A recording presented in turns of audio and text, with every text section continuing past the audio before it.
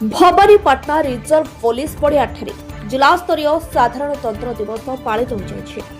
एथिरे जंगल परिवेश और जलवायु परिवर्तन विभाग तथा श्रम और कर्मचारी राज्य बीमा विभाग मंत्री श्री गणेश राम सिंह खुंटिया मुख्य अतिथि भाव जोगदे जातीय पताका उत्तोलन कर मिलित प्यारेड में अभिवादन ग्रहण करते। अवसर में प्यारेड दल भाग लेते।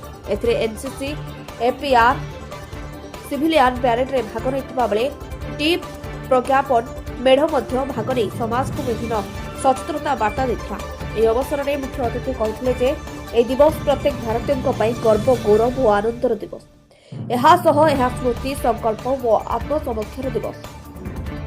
यह अवसर में मुख्य अतिथि संविधान रचयिता बाबा साहेब आंबेडकर स्मृति चरण करते। कलाहांडी जिलार स्वाधीनता संग्रामी शहीद रेणु माझी सशस्त्र स्वाधीनता संग्राम स्मृतिचारण कर श्रद्धांजलि अर्पण करते। आम राज्य तथा भवानीपाटना सहर किपरि आहुरी विकास हेब से मुख्य अतिथि उपस्थित जनसाधारण को उद्बोधन करते। कलाहांडी भवानी महिला रिपोर्ट रिपब्लिक ओडिशा साधारण लोकों स्वर।